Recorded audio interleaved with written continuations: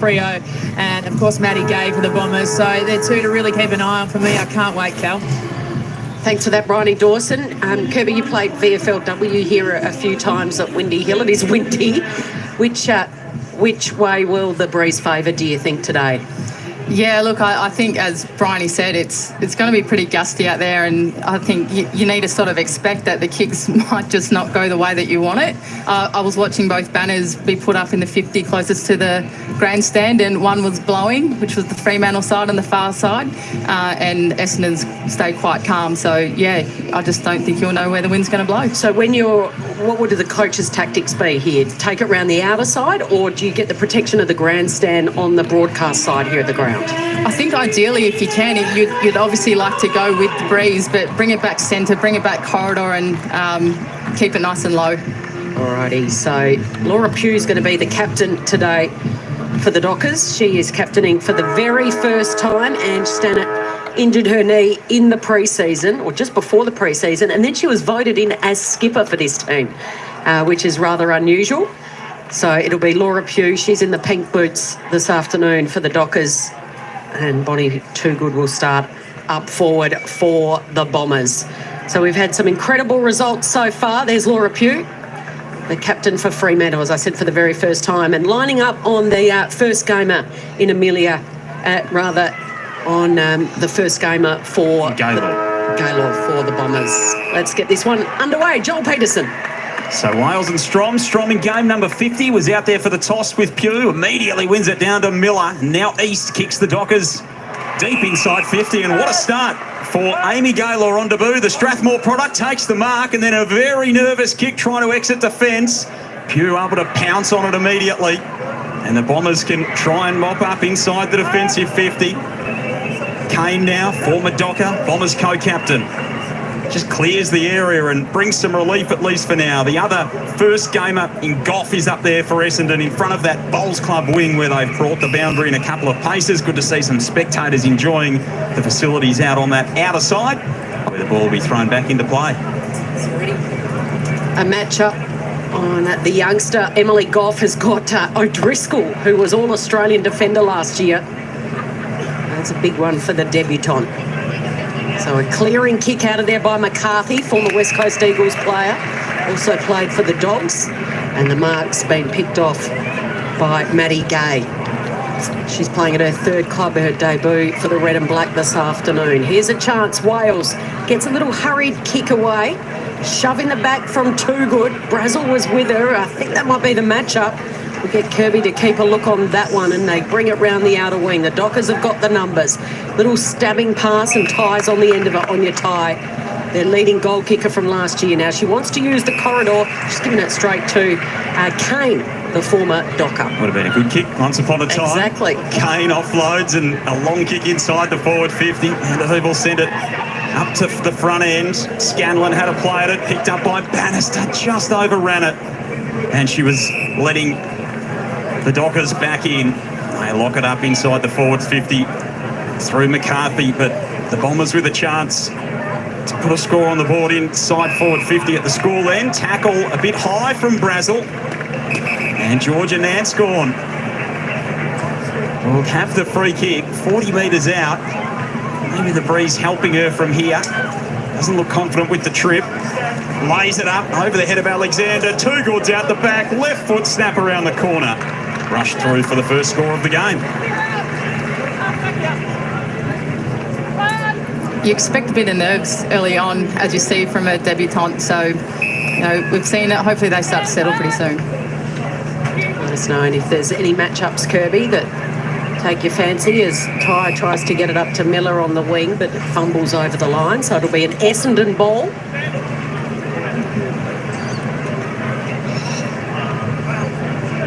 Bringing it back into play is Radford. Started on the wing. It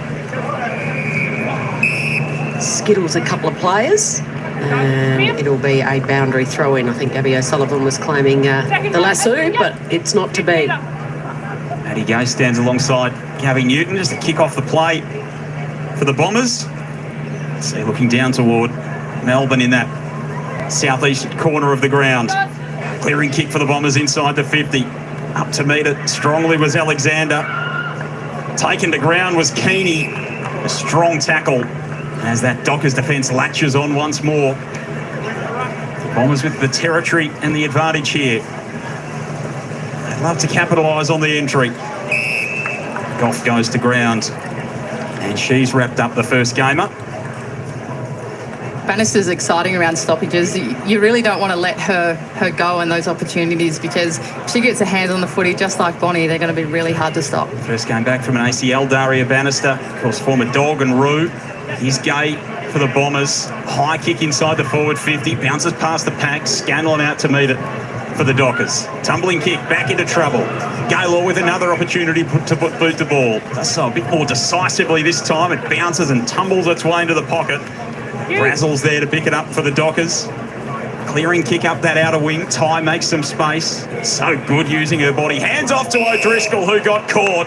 And the Bombers win it back at half forward. Great tackle by Nan Scorn. You can see how blustery and difficult it is at ground level out there. Just sends it into the pocket, and probably not the best place. The tallest player on the ground, Mim Strom, the ruck. Playing her 50th game for the Dockers this afternoon. Brother Joel, who's a ruck in the waffle, is out there as the runner for Fremantle, so she's got a bit of family support out there. Yeah, there's a couple of South brothers that play at South Freo. Zach's out there as the runner this afternoon. Great story too, Mim Strom. She's been so reliable since debut and gives them a real presence in that middle of the ground, Kirby. Yeah, I think you need that as well, and that sort of control, and to be able to shift the game when you need it as well. So yeah, it's really exciting to watch. They seem to be playing on the boundary as well, and I don't know whether they're avoiding this side because of the breeze, but we'll keep an eye on it. So Wales and Strom. Strom takes it out of there. Smacks it on the boot. Couldn't quite be controlled by Runnels. Here's a chance for Hayley Miller. She's been with them from the very start. O'Sullivan. Bouncing ball in the centre. Prasparkas is bearing down. Eyes only for the footy was Keeney in her first game for the Red and Black. That was terrific. And then Georgia Clark's held up in a tackle. Wales straight down the throat of Nan Scorn. Which way will this favour? Too Good has to beat a couple. She goes to ground. A chance to regather here for Amber Clark. She's got acceleration and she burns off her opponent. She puts it out in front of Bannister. The youngster is there as well in Emily Goff, but O'Driscoll, the All-Australian halfback, does well and gets it off. The Dockers should be able to clear. East's kick right to the edge of the defensive 50. Numbers there, good representation from Essendon. Clark stabs it to the pocket and puts it out of bounds on the full. It was the right idea by Amber Clark to put it out in front. You want that. You want your forwards running into goals without any forward pressure or front-on pressure. So, excellent work. Dominating the territory early. Essendon 7 inside 50s to 1. So the Dockers with the first entry, and not a lot since. The Bombers have been camped in their forward half. Wales working along the boundary line. And they see it out again. But the clamps have been put on here by the Bombers, Kirby, and they are locking it in that front half. Yeah, well done too. It's sort of keeping control of the play. So Freo, see if they can get it inside 50. That breeze favouring left of screen so far. Move it on! Run! As Kirby told us in the pre-match, try not to get too much height in these kicks because they're so hard to judge. Kane does it well. Inaugural co-captain of Essendon with Bonnie Too Good. Stabs the pass, was looking for the youngster in Goff. Now Goff's going to come in and tackle. Good handball. Got it out to Too Good. And now Prasparkas. Now she doesn't need much time and space. She was caught. We don't say that too often. Alexander fires it out. Still a chance here. And throwing it on the boot was Radford. Loose ball inside 50. Umpire's blowing his whistle and said it's holding the ball. Let's clear it out.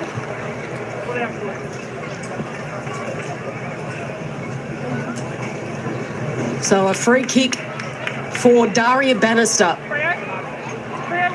And what a wonderful story this is. I had a chat to her out at training last week. She's done 2 knee recos. Her first one was in her very first debut game for the Dogs in the last quarter, and then she did it in round 6 against Richmond at Icon Park. She's back from her second knee reconstruction in 9 months and she's kicking goals. Brilliant. Reward for effort from Daria Bannister.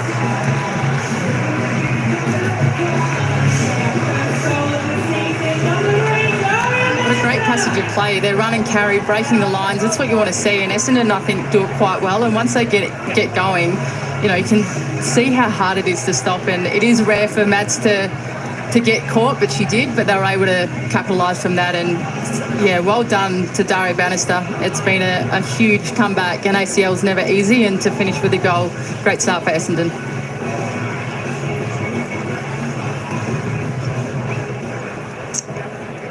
What a wonderful story. We've seen so many stories already from the first 3 games. This is the 4th game so far in the opening season, and that smile says it all, Kirby.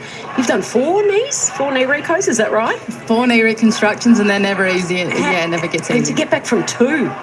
Yeah, and Daz is quite young, but, you know, to see her back and up and about and back to her normal self, and she's just warming up. This is game 1 for her. I know she's got plenty of craft inside that forward 50. She gives them a real presence, the Bombers. Nanscorn to bring it out of the middle. Sends the kick wide. Bodywork from Alexander. Numbers there for the Dockers. Awkward kick around the body, though. Cut off by Wales. G links up with Prasparkas. Handball to Jarks. Slips the tackle. Back to G. Usually a good finisher. The square up kick toward too good. Bounces its way to the square. It was touched on the way through. The Bombers doing all the attacking at the moment. Crowd of 3,000. Essendon expecting for this one this afternoon. Conditions a little different than what we've seen so far. Joel, you were in Sydney last night. It was rather warm. T-shirt and shorts, Cal. 29 degrees in Sydney, and I've never seen so many moths in my life. It was incredible, and not necessarily in a good way. Well, you're moth-free here today. Absolutely. You just need a couple of jackets with you. So away they go, the Dockers. Trying to work it up on the wing. They do well. And on the end of it is Ty. Wheels around. That lanky, loping style. She's such a good player. Oh, is that a mark? No, it touched the ground.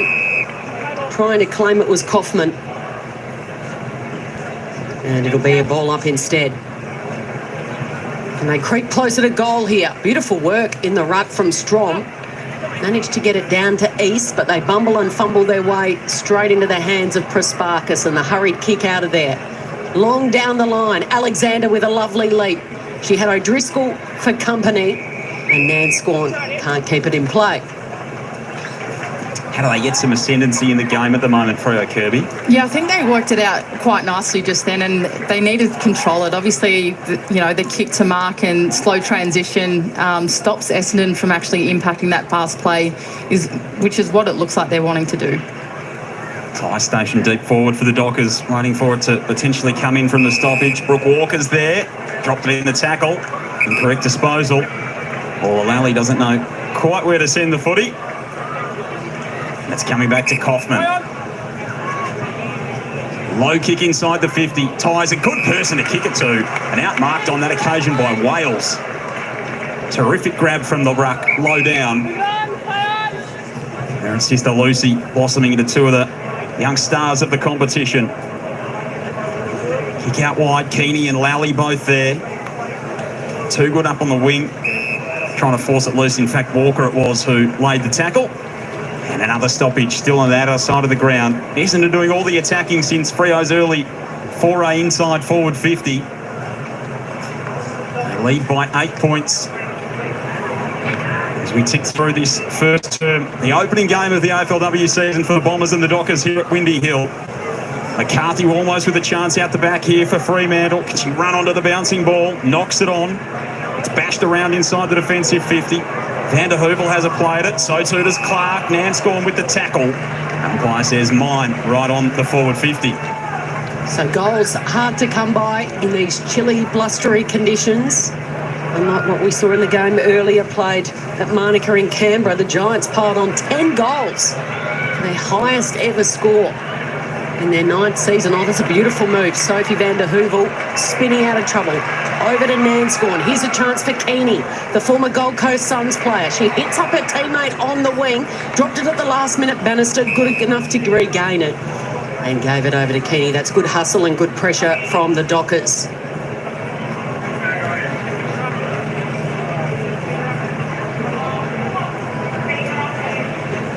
Keeney into the ruck against Strom. Strom was always going to win that one. Kaufman with the hurried kick. Here's a chance for Ty. Ty has got Clark for company. And the umpire says to give it to him. Tackled in there was Maddie Gay. Brings a lot of leadership. Maddie Gay across half-back. They're playing her Kirby. Yeah, it's a great inclusion to Essendon, a premiership player, also an ex-netballer as well, but just really composed, really skillful. Strom dominating in the ruck.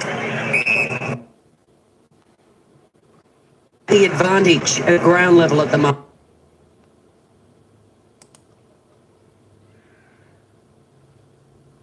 Big hit. And this time that was applied by Seth.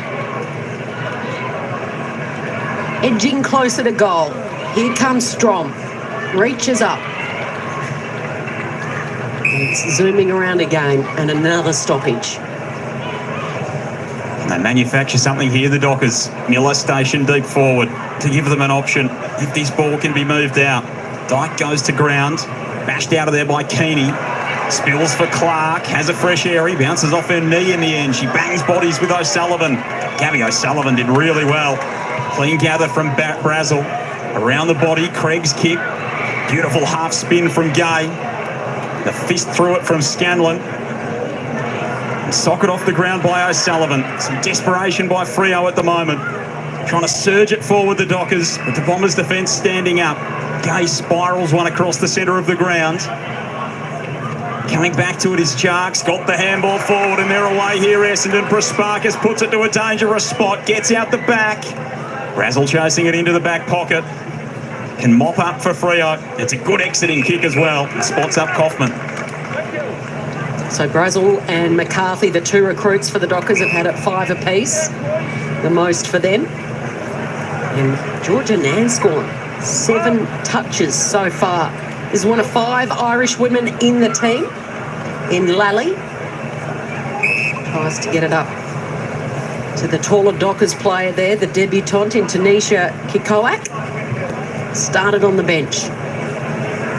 She's a bit of an excitement machine, so we're looking forward to seeing what she can do. Number 37 for the Dockers out here today, playing her very first game in AFLW. Interesting story, of course, heritage from northwest Canada, so up near Alaska through her father. They've lived on the Gold Coast, they moved to Tassie, and now she's gone to Perth to ply her trade. And she's in the ruck here with Emily Goff, so a couple of teenagers going at it. Sparkus has got a sniff. And the rain's starting to tumble down. I couldn't see it exactly from here, but I could hear it on the roof, Joel. So light rain beginning to tumble and very challenging conditions for their season opener, these two teams.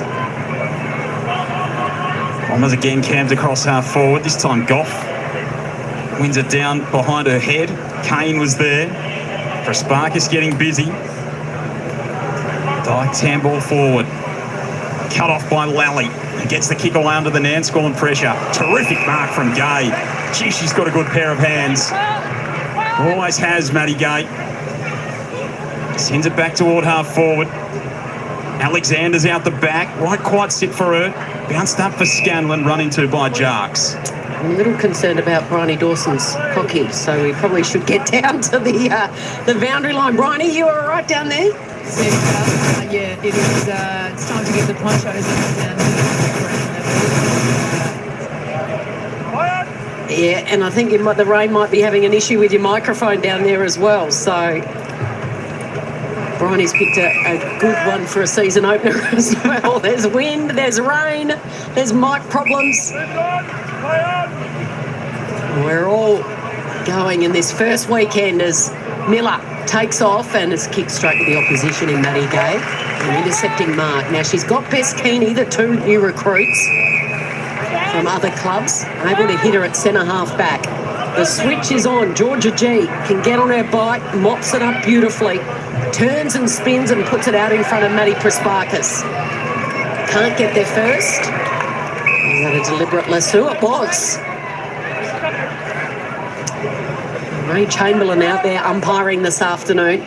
There's Razor. Had a chat to him in the pre-match. He had no idea that when he retired in his last game a couple of weeks ago that the teams were going to make that guard of honour, Joel. And as he made his walk off, he said he had a tear in his eye. He had no idea that was happening. And he wanted to be out here and help mentor the young umpires coming through. So it's wonderful to see.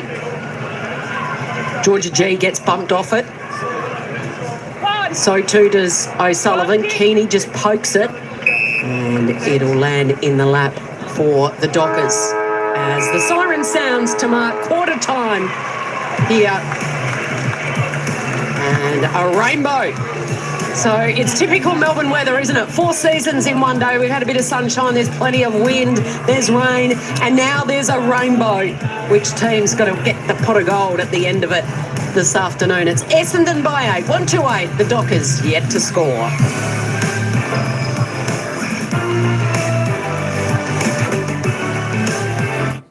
Winning seasons right. All right, quarter time here at Windy Hill. Tell you what, haven't been to that ground for some time, and it's the Bombers 1-8. The Dockers yet to score. Bombers doing it well. Looks like it could be a little bit lower scoring game, this one.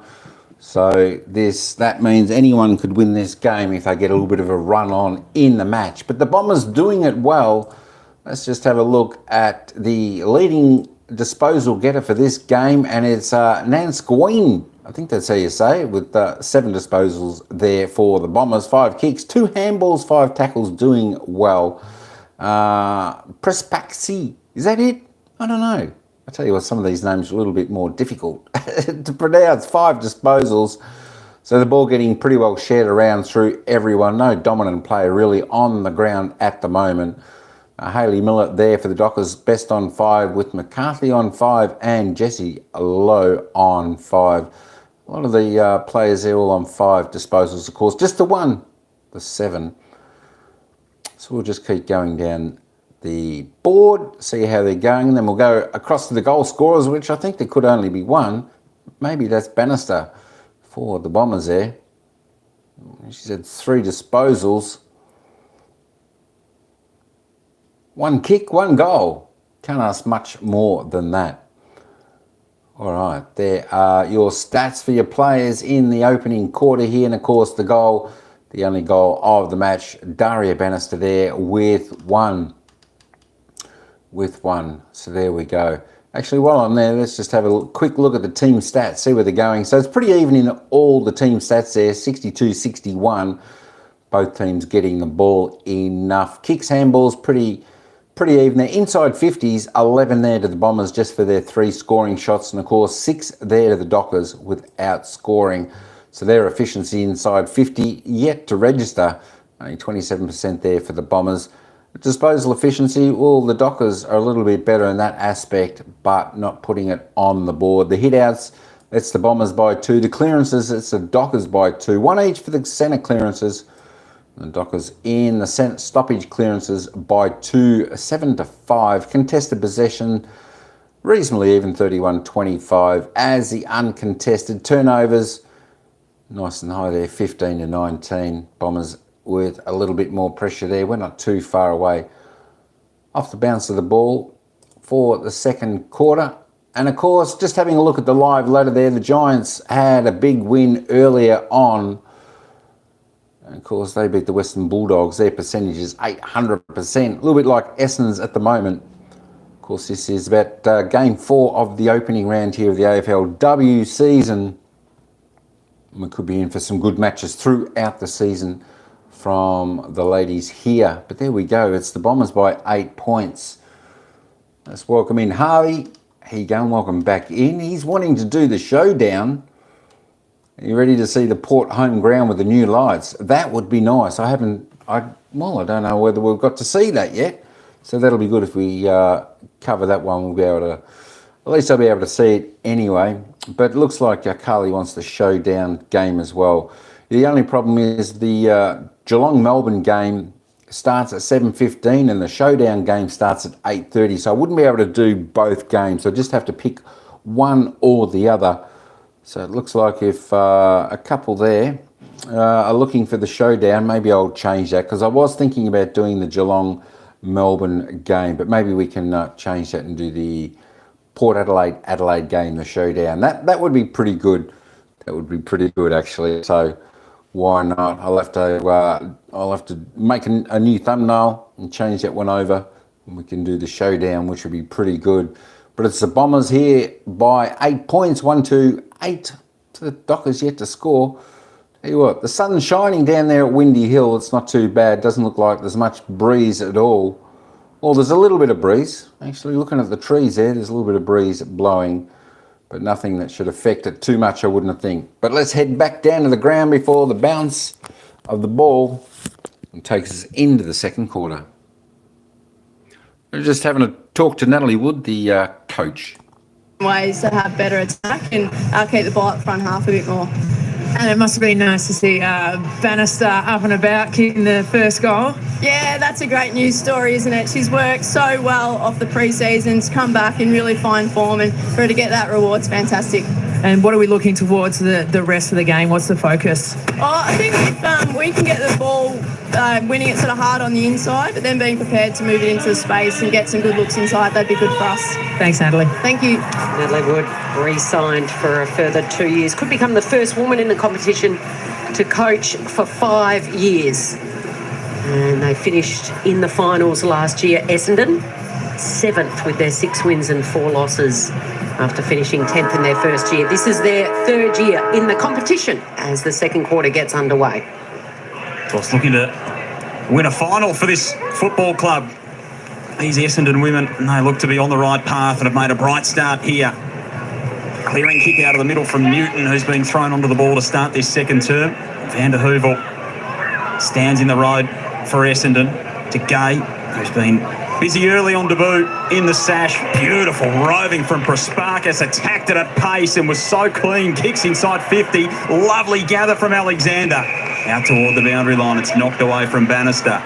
And that just shows, even in these difficult conditions, Kirby, the cleanliness of Maddie Prasparkas. Yeah, isn't she good? It's so nice to watch. And it obviously ends up in their forward 50 with an opportunity to keep it in there and get a score. That was a handy little knockdown by O'Sullivan because Bannister was out the back as it's brought into play. Alexander overruns it. Razzle with a little scoop.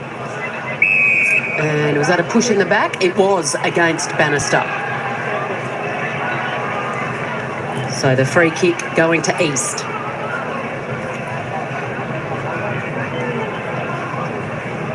The 22-year-old playing her 31st game. Bannister again. And this time she's tackled over the line by Ash McCarthy. One of 4 newbies out there for Lisa Webb's team.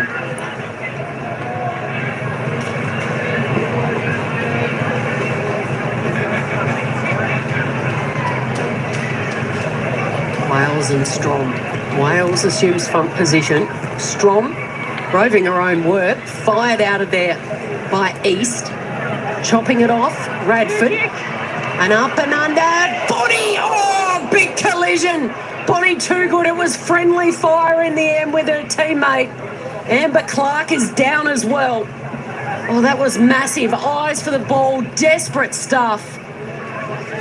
And Amber Clark is still down behind play.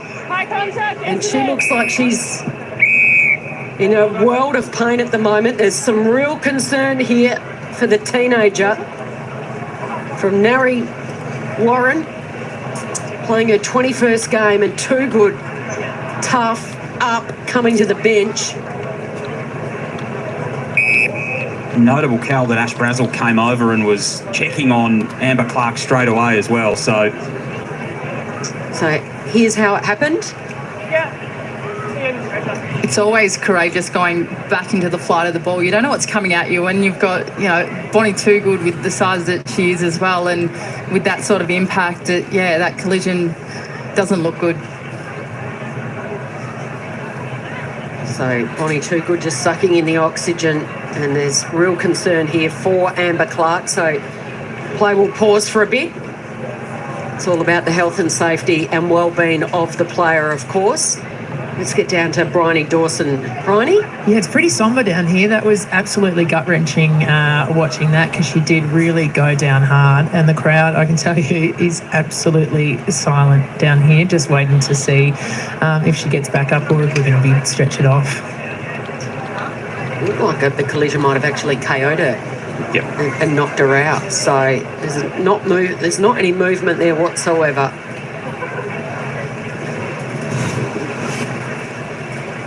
So Bonnie with her eyes on the ball. Oh, and Clark. Goodness me. It doesn't look good for Bonnie's knee right there. And I think, yeah, Amber Clark's head banging into the turf. So warm applause as Amber Clark is stretched from the field here at Windy Hill. It's the last thing you want to see. We've seen some big bumps for various reasons already, and this competition hasn't even been going for 24 hours. There's a couple of skirmishes up in Sydney last night, but yeah, nothing quite with the ferocity of that and the pace that both those players were moving at. We know how Bonnie Toogood attacks the ball, and she looked quite distressed on the sideline as well, with no doubt concern for a young teammate, Amber Clark, the 19-year-old, their first pick of the draft a couple of years ago. Shown some nice signs already this afternoon. So that is a loss for the Bombers. Two we saw last night, and you were there at North Sydney Oval, Joe. It was Joel, rather. It's Tani White on Maddie Collier, who's a tough player. Yeah, and has had some concussion issues in the past too. And then Marin Atkinson was the Collingwood player who collided with Chloe Malloy in the same incident. In about 30 seconds' time, there was two collisions and a couple of players undergoing HIAs and having to come off the ground. We're back underway here at Windy Hill after a stoppage in play to allow Amber Clark off the ground. Newton has turned it over to Nanscorn, who's been busy coming up for disposal number 8. 5 tackles, 3 clearances, and inside 50. Turned it over, going the other way. Now, Flynn, former state-level basketballer with the Lakeside Lightning out in the NBL 1 West. High kick up that outer side. Ty accepts it into her chest. What can she find inside the 50? This about the best opportunity they've had so far. And she drops it into the lap of McCarthy, who's a good person to have it with. She can try and get Freo's first of the game.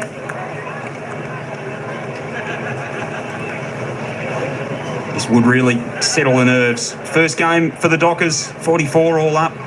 17-16 across her 2 previous clubs. Ash McCarthy, kick on the way, and it's got there. Dockers on the board.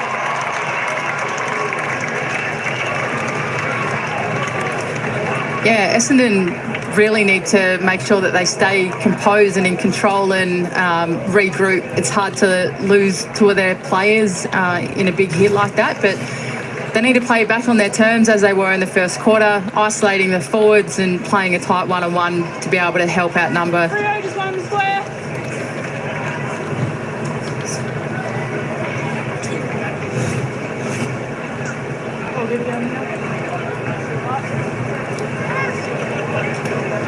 Ash McCarthy making an impressive debut. And there is the concern for Essendon. The last thing you want is your superstar and your captain injured, and another player down in the rooms suffering a nasty head knock and a nasty concussion. Here's O'Driscoll delivering beautifully. Strong mark by Ty. Out, please, out, please. The Irish woman, leading goal kicker last year, Anya Ty. She kicked the 9 goals. 2-time Fremantle leading goal kicker, in fact. And she shorts it to O'Sullivan. She's going to centre it and ask them to run and jump. Ty was there. She was caught in front. And it's all Essendon should be able to clear Prasparkas, Maddie Gay, and it's chopped off again. This time O'Sullivan's going to go. She closes to 40. hasn't quite got the accuracy. It had the distance, but not the accuracy. Let's find out what's happening with Bonnie Toogood. Bryony, what's going on down there? Thanks, Kel. No update on Amber Clark as yet. She's still down in the club rooms. Bonnie Toogood is still on the boundary. She was in the hands of about 4 trainers previously, just working on what looked like her knee. But it looks like now she is just walking down back into the club rooms. Thanks, Bryony. Gamble's kick inside, outside 50, and the Dockers have got it back in. And Ash McCarthy is really making herself at home in the purple. Taking another mark, having converted a set shot. She's already had a look at this, Kirby. Yeah, if you watch the kick on goal, the higher it goes, the more it sort of hangs. So you'd want to be making sure that you're around that goal square. Last one got the distance by a couple of centimetres. This one is far more decisive. It's a strike with purpose, and it puts Freo into the lead.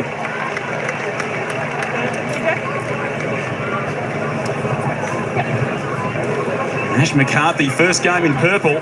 She's making a presence up front. 2 goals to her name. This is just what they would have wanted when she came across from the Eagles. Yeah, and Fremantle seem to be in a lot more control now. They're switching the football, they're holding possession, they're knowing when to go. So it looks like they're taking over this quarter.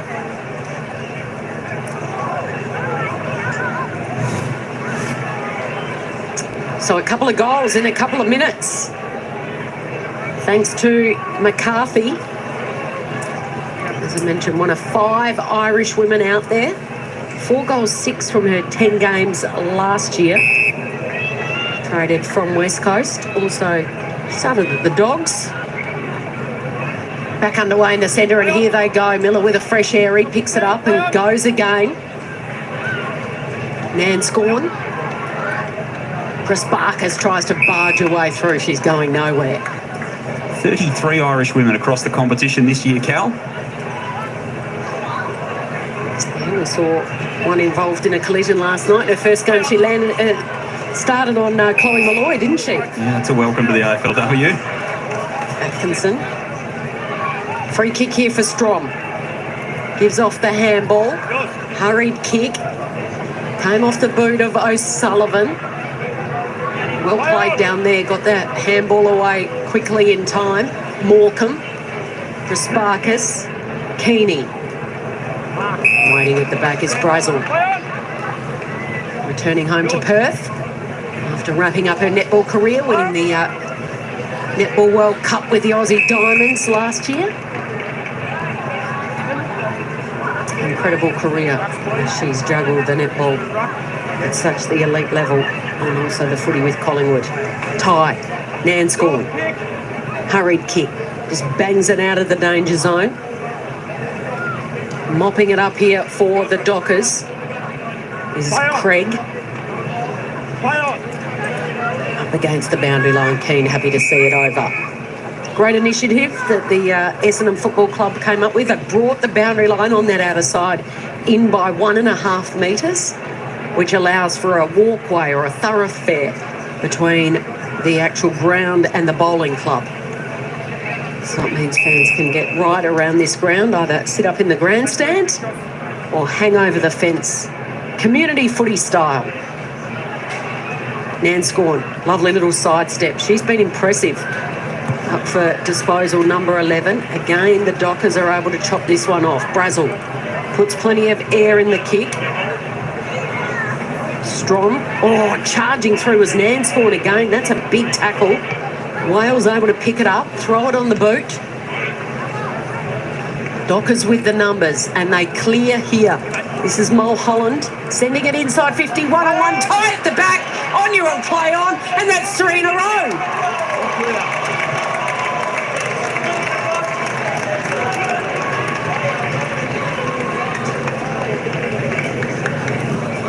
It's great from Fremantle. They've really taken control of this quarter. They're surrounding the stoppages. They've sort of got the exit release and obviously controlling the movement of the footy. So they've really caught Essendon out. And when you get Anya Ty in a 1-on-1, she usually wins most of them, doesn't she? She had that tough match up there with Georgia Clark, but too big, too strong.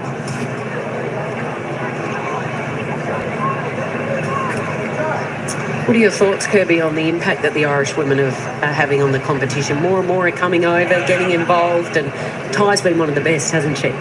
Yeah, I think they change the way that we sort of play the game. They're quick, they're evasive, they can kick left and right. They just add something else, an extra X factor, and as a coach, you sort of want that. There's McCarthy, who, of course, is one of those and has had a big impact in this term. Kaufman got caught, and guess who? Georgia Nanscorn with tackle number 6. 5 clearances as well, 11 disposals. Been doing it all in the middle for the Bombers. Kicks out wide. Lally stepped in front of Radford. Coming into support was Gay for the Bombers. Awkward kick down the line. McCarthy on the left boot. Puts it out onto the practice wicket for the Essendon Cricket Club, of course based here at Windy Hill as well. Centre wicket area will be in use. Pretty hard out there in the middle as well. Looking out there earlier in the game. I think it's a win the toss and bat kind of situation, Cal. And the cricket wicket just in front of, behind that is the croquet club. Saw a few ladies playing that as we made our way into the car park. Bit of a sports precinct. Old Windy Hill. Radford. Long down the line. Kane. McCarthy again. Celebrating her debut in purple with some pretty handy looking braids in her hair. Ash McCarthy. She might get it again here. It's either Nanscorn or McCarthy. They've been the 2 dominant players. High treatment there for Gabby Newton. Here she is again. Newton, the former Dog. Number 1 draft pick. Radford tackled. And Van der Heuvel over the line by Anya Ty. It's pretty amazing versatility for Gabby Newton, Kirby, to be able to play key forward, key back, and then go on the ball as well. Yeah, she's another coach's dream, and she's very smart. She's got a great footy IQ, so I was able to read the play. Strom. Play on. Kane. Keane's been good. Applies a tackle. As Keeney, rather. 39 games for the Gold Coast for Bess Keeney. Strong down decisively again. Walker lurking. There's no trouble breaking away from a pack. Nanscorn head over it once more.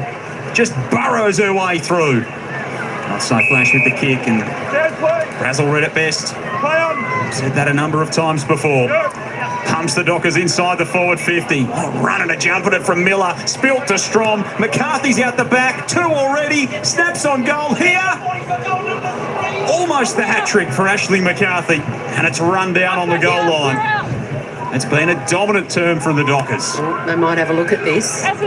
David Roden, the goal umpire, of course, the score assist has been brought in this season. We saw the first time it was used last night in Perth, the third quarter between the Eagles and the Tigers. And no, they play on. And here's a chance again. Couldn't quite make the distance. Down there was Newton trying to dribble it through. Ty! She's everywhere. She's got her second. And the Dockers are running away with this.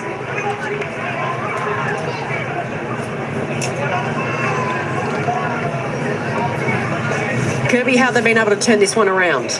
Are they just kicking into the right end? Because it's the scoring end at the moment, isn't it? Well, I feel like they've got the composure. When their footy's in their hand, they're sort of looking centre or corridor to be able to switch play, which obviously puts Essendon off. Not only that, when they are going down the line, they're actually capitalising from that, and that's what you want. Essendon using the square. Ty, we know what an aerialist she is, but she's not getting you in the air, she'll get you on the ground. Get an update from Bryony soon, but the Essendon Football Club saying Amber Clark has obviously suffered concussion. She's down in the rooms after a massive hit, but her neck is clear, which is good news. And Bonnie Toogood with that knock to the knee. Neither of them will come back on, so they're in strife. This has been disastrous for the Bombers. Can they fight back and get in themselves into this contest? It's a big worry to have Toogood, the All-Australian vice-captain, leading goal kicker of last year, out for the rest of this contest. Don't you manufacture something up forward? Really, one of their first entries here in this term. In the last couple of moments, 9 inside 50s to 3 for Fremantle. It's been a dominant turn from the Dockers. Terrific tackle from Mulholland. They try and keep it alive. Lowe's eventually pushed across. They've really ramped their pressure up. And the two Irish women up front for Freo, Inunya Tai and Aisling McCarthy, have got the 4 goals between the pair. Strong tried to do the roving. Hanscorn's playing a lone hand in there, clearly held by East. Antonio's just asked to take a few paces back on the mark. Good to see her back fit and firing. Bombers trying to possess the footy here. Amelia Radford, premiership player in the VFLW Essendon team a few years ago. Alexander at ground level at half forward. Hanscorn's buffeted off it. Prasparkas comes rattling through.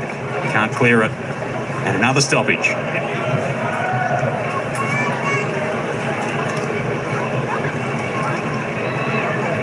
Hanscorn again. Goodness me, she's playing the game of her life. The most exciting player on the park out there at the moment, at least for Essendon. And with nobody too good and no Amber Clark for the rest of this game, she needs some of her teammates to lift with her. It's going to be a fair ask. Bombers would have come in favourites for this contest. Wales at ground level dominating here. East was involved. Chance for Radford, she can't control it, and then a nice tackle by Dana East to Kane over the boundary. So this quarter alone, Cal, Georgia Mead scored 10 disposals and 6 clearances in this quarter. Oof. 9 clearances so far for the game and 17 disposals, 7 tackles as well. She has been busy. Wales down decisively. Another intervention from Hanscorn. She gets pushed across the boundary line. Essendon just roll it inside the forward 50. Want the old drill at training, Kirby. Roll the ball out there and see who wants it more. You certainly do. You need the rest time when you do, but while Hanscorn's hot, yeah, you want that footy to come back in. Matilda Dyke in the goal square for the Bombers. Wales. Radford. Jarks in the pocket, arches the back. Now Kane had it, lost it, back to Jarks, back to G toward Dyke at full forward, can't quite mark. Bannister, fresh airy, goes to ground, picks it up. Desperate defence from the Dockers. O'Driscoll and Strom. And Scanlon just walks it across the line, and it's going to be a free kick to the Bombers. They love it in the Reynolds stand. And Razor Ray intervenes in the play and hands Daria Bannister an opportunity deep in the pocket. Has Essendon's only goal so far, and with the outside of the boot adds another.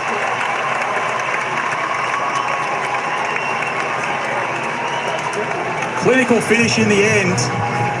The decision to pay the free kick is one that might have certainly some arms up in the Reynolds stand for the Essendon supporters. Might have a few Freo fans at home scratching their heads, Kirby.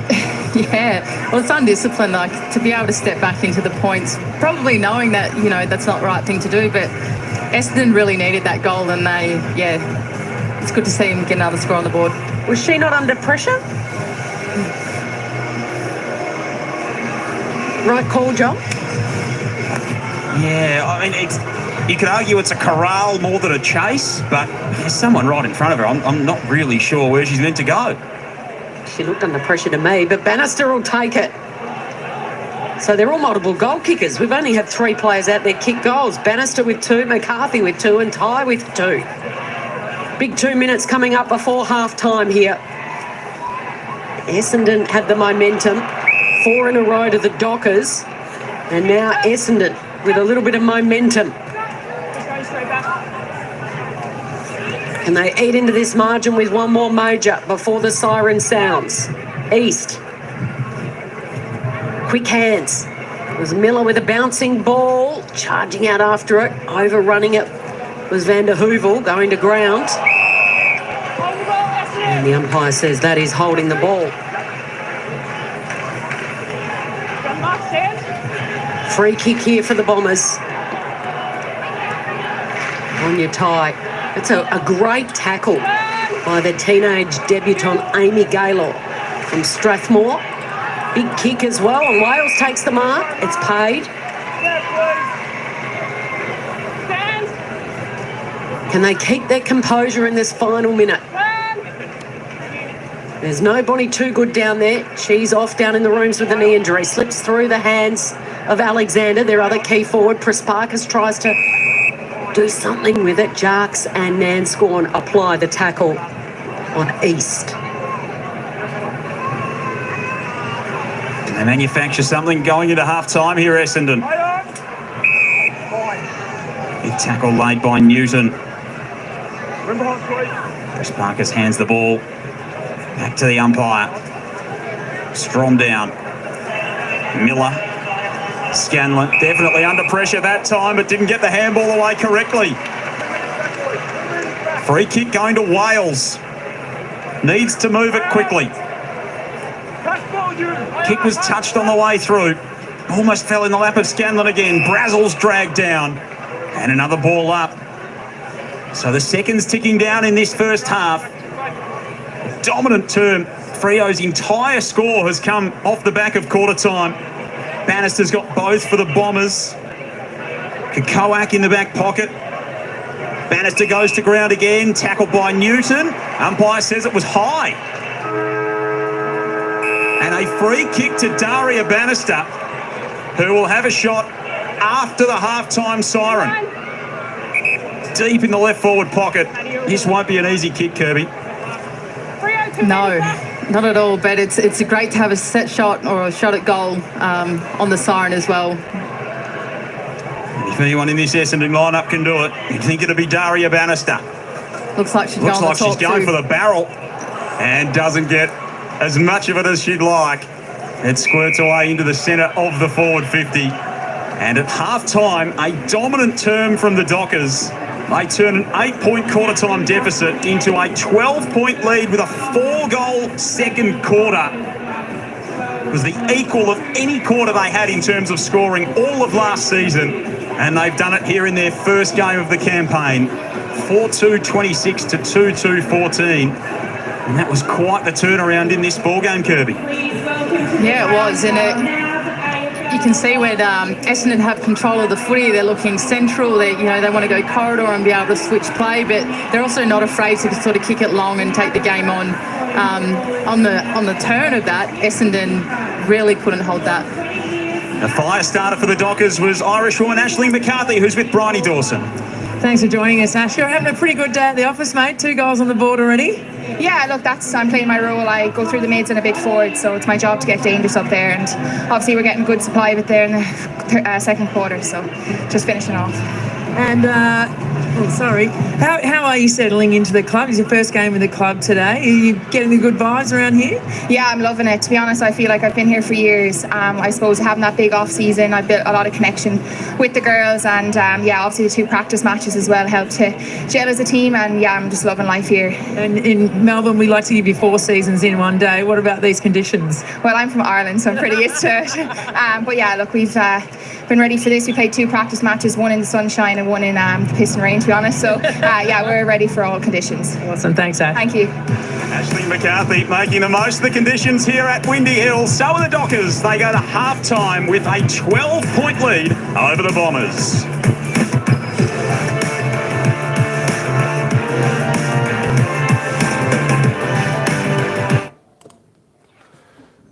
Feastables, here you go, and welcome in. Tell you what, that game changed on its head from the first quarter to the second quarter, where it was the Bombers, but the second quarter, Fremantle came out running, and they did what they needed to do, kicking 4 goals to their entire score in the second quarter to the Bombers' 1 goal. That came off, well, let's just say a controversial free kick to the Bombers on the pretty much the goal line, where the Freo supporter, sort of walked the ball just over the line. But when you're under pressure, I thought the rule were you were allowed to take it across the behind line. But obviously, Razor Ray He wants to get in the limelight again. He sort of gave Essendon a free kick, which resulted in the goal, which results now in a 12-point lead to the Dockers, 4-2-26 to the Dockers, to the Bombers, 2-2-14. I know, right?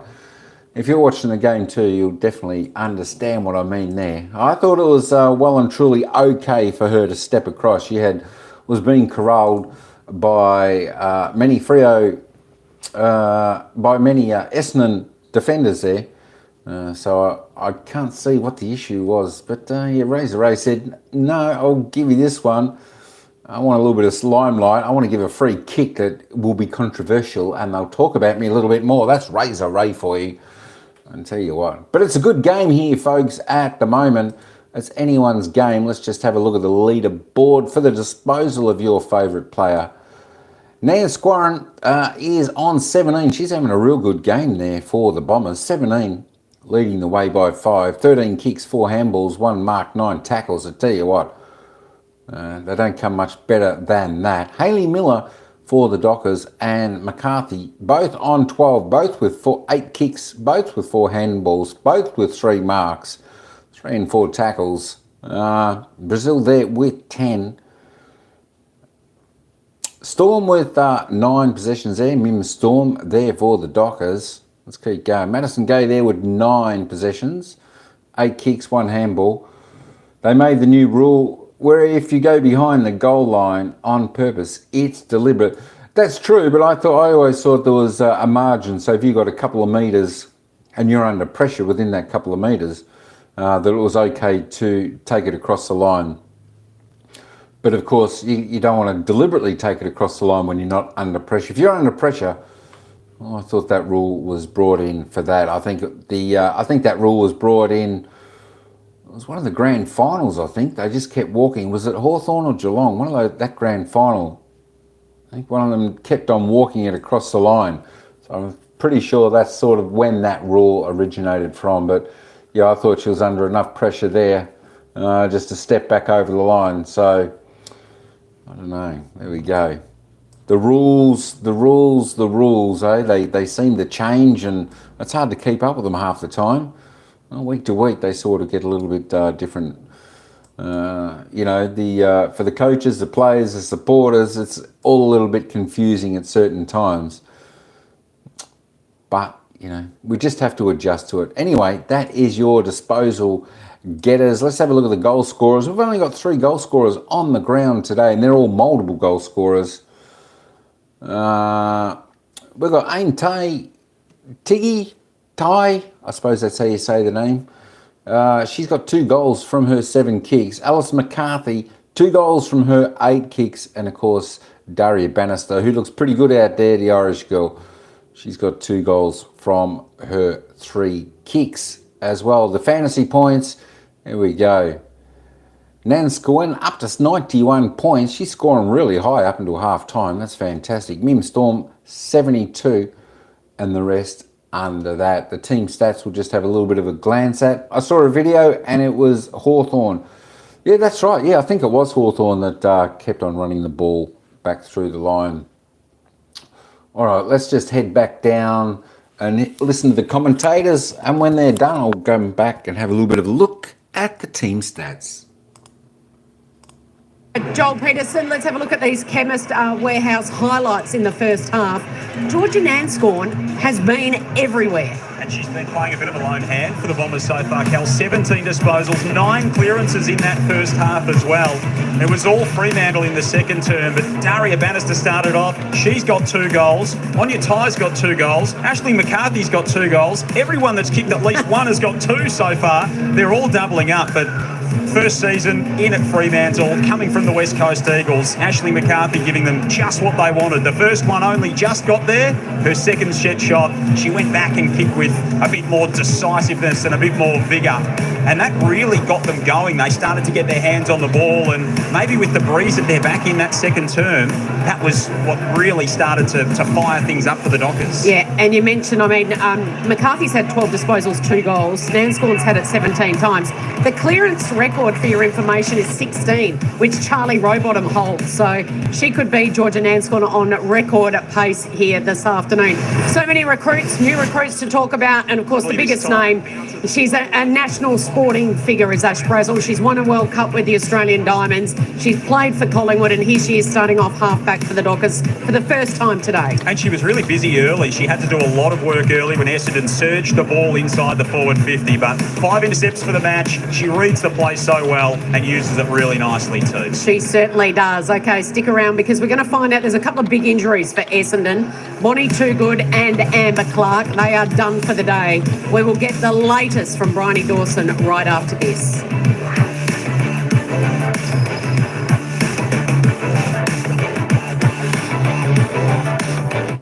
All right, so just as they go on a break there, let's just have a little bit of a look. Who do you think is going to win the premiers for the men's? I tell you what, that is a hard question. Who's going to win that? You know, just looking at the draws, you know, you got Port Adelaide versus Geelong in the first final Thursday night.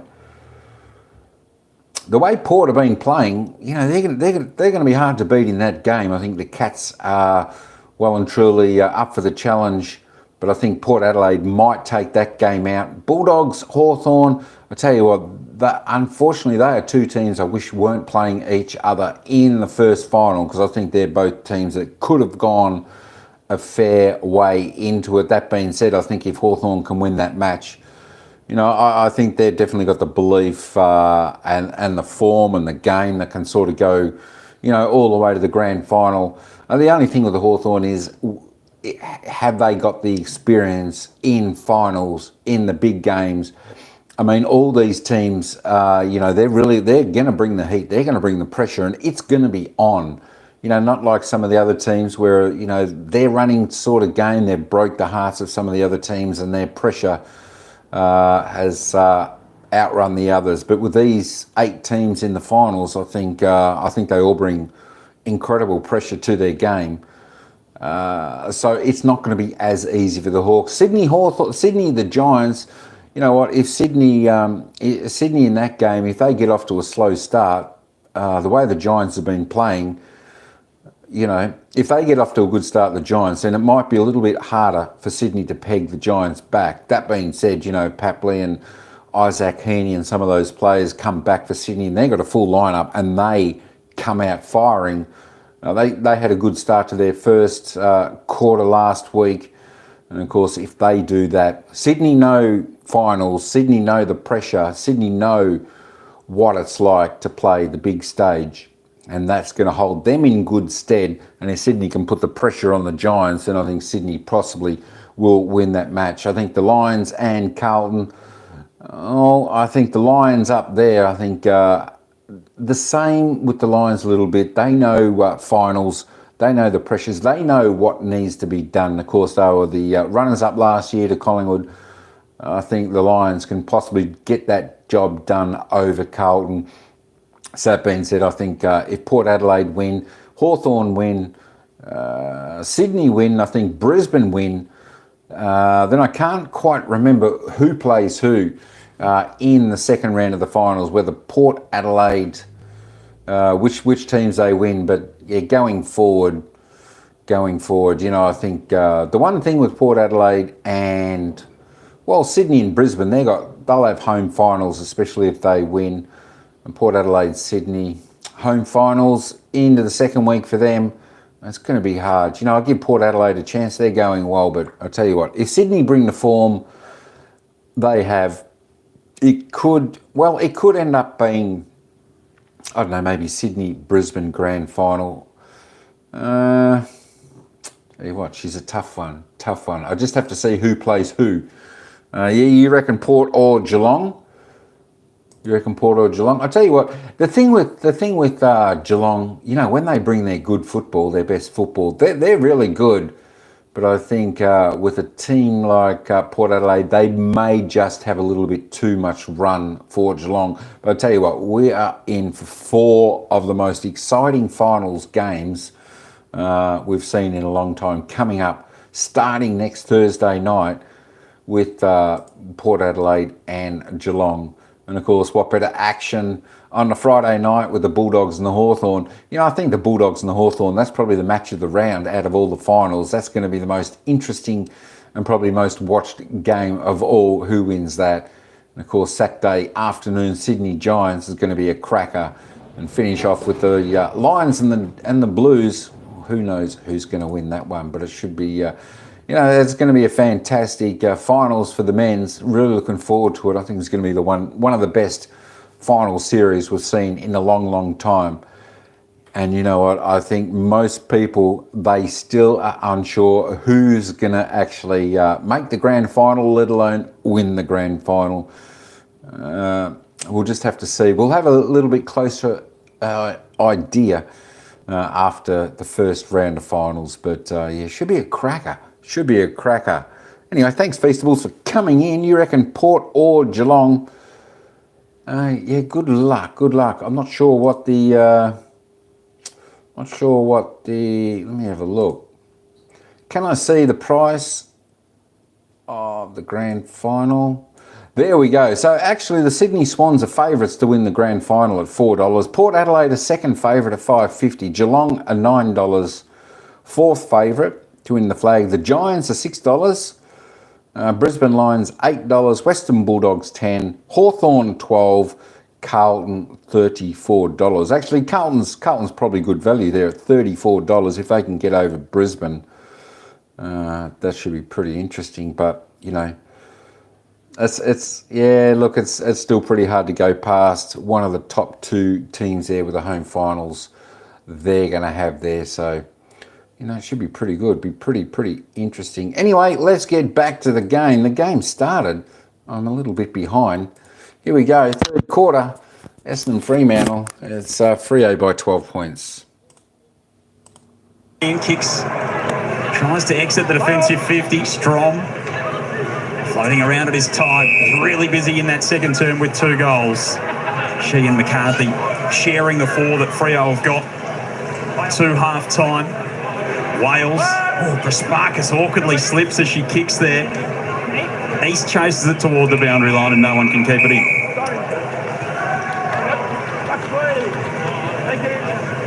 Talk about Laura Pugh. There she is, the captaining the side for the very first time today. She's one of 3 vice-captains, and because Ange Stannett's out with a knee, they're going to rotate the captaincy every week. So Anya Ty's a captain, and so too is Hayley Miller. And a chance for the Dockers. Speaking of Ty, she's bobbed up at the right time and the right place for a minus score. She thought she'd put it through for a minute. So she'll skip of the team next week. I don't know, what happens if they win the premiership and they've got to hold the couple off? Get an extra handle on it or something. Yeah, I don't know what they'd do. They're pretty stark. Or if they don't, and they play 11 games and there's someone that only gets to do it 3 times. Yeah. Someone's going to miss out in that rotation. 3 doesn't go into 11 quite so neatly as they'd like. Now Radford. Lovely kick from Nanscorn. As we said, has been terrific. 18th disposal, 9 clearances, 15 contested possessions for Georgia Nanscorn. Mopping up at halfback, Kakoak. Kick was partially smothered. Rumbles back into trouble.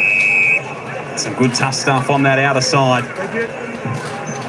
And it'll be tossed up centre of that outer wing. The sun's finally come out, so we officially have the 4 seasons in one day. We've had the rainbow, we've had the wind, we've had a bit of rain earlier as well, just to make things a little bit more difficult. Kick clear of the pack from Keeney, up toward half forward for the Bombers. Kakai couldn't track it down. Look at Brazel, just burst away in trademark fashion, and the kick just slides off the side of the boot and goes out of bounds on the full. 34 years of age, Ash Brazel. This is her 33rd AFLW career game, and of course played for Australia. She was All-Australian back in 2019, and she's still got that speed. Yeah, I've known Braz since she was 16, so she was a rookie when I was playing National League netball with her. It's insane. It's great to see her out here still with, the amount of intensity that we put our bodies under. As a 16-year-old, did you pick it, or has she been a sort of late bloomer and developer to both sports? Oh, she was a freak athlete. Her vertical was second to none. I thought she was black. That's a compliment. Yes. So the Dockers Awkward little tumbling ball here. It's a tough one for Van der Heuvel. And coming in offering a little bit of support is Steph Kane. And in those blustery conditions, he nearly puts it in the bowling club. A couple of people in the food truck line might have got a bit of a fright there, seeing the yellow Sharon bouncing toward them. Sort of camouflage with the yellow donut van, wasn't it, Joel? That'd be my pick, just quietly tell. Now, there's a chip in this ball, so we do have to get it back. You know, they charge these balls the day before. Really? Plug them in? Yeah, plug them in, like your phone. Got the micro chip in there. Don't want to forget, whoever's got that job, very important one. Don't give it to me. Free kick. And the long kick toward goal for the Dockers is there. Wonderful stuff from Philippa Seth. Swung forward in just the second goal of her career. So game number 40 for Philippa Seth from Collie, the 28th pick in the 2018 draft. And she's got 2 goals straight in her career, Kirby. And that was a really nice finish after playing on from the free. Yeah, scoreboard pressure's crucial, and they're obviously doing quite well. And what I liked about Essendon, though, on the flip side, is that their ability to be able to switch and change lanes and get the run and carry that they probably need for this next half.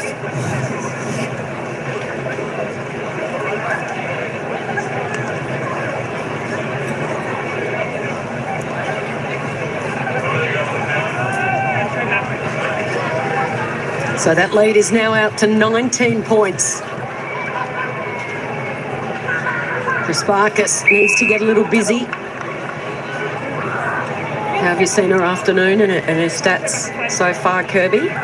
Yeah, they look like they've been obviously keeping a close eye on Prasparkas. Obviously, 10 touches, would like the footy in her hands a lot more than it probably is, because she is dangerous with ball in hand.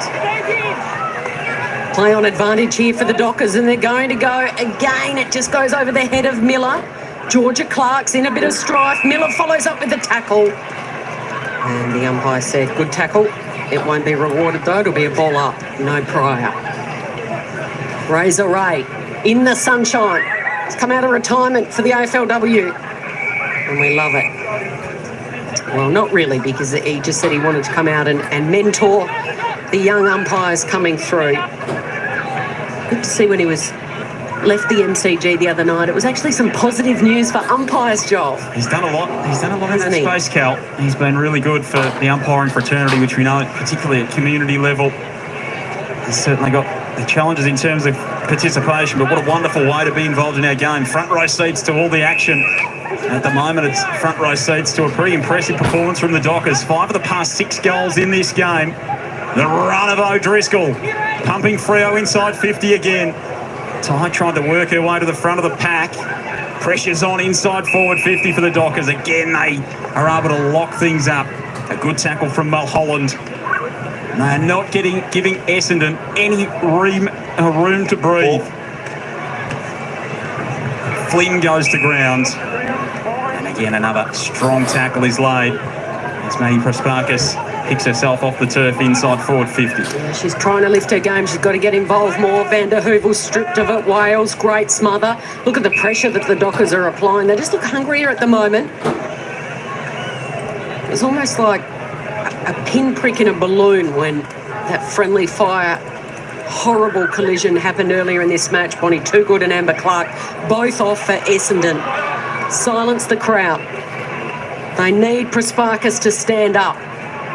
It might sit here. There's a clever little tap from Jacques, and she gets it back to Radford. On the wing, has a bounce, and she's brought down in a great tackle. Well done. And the Dockers are going to go away with it. So Jay Flynn kicks up the line. It's going to stay in somehow. Yeah, Matilda Dyke trying to keep it in. Here's the chase down from Flynn on Radford. And that pressure since quarter time has really been there for Freo, Kirby. Yeah, and there are glimpses of passages of play that Essendon are really on the line with, so hopefully we can see them break through and get it into their forward 50. So toss back in. Wales out toward the boundary line. McCarthy, she's been in everything since quarter time. Cody Jarks tries to come away with it for the Bombers. We've already seen some really surprising results in the first 24 hours of this AFLW season number 9. Swans put on a show with Chloe Malloy kicking a couple of goals. They won by 15 points in front of 5,000 last night. And then the Daisy effect is real. A 1-point nail-biting win over Richmond. The Giants by 63 points over the Bulldogs. Two teams expected to feature lower down the ladder this season, or tipped to by many expert tipsters. 72-9 was the final score there. And Fremantle holding this edge. See if they can hold on. Mim Strom in the 50th, in the milestone game. The ruck gets them going again. That bounces off the chest of Gamble, picks it up. Another wonderful tackle by Miller and lets her know about it.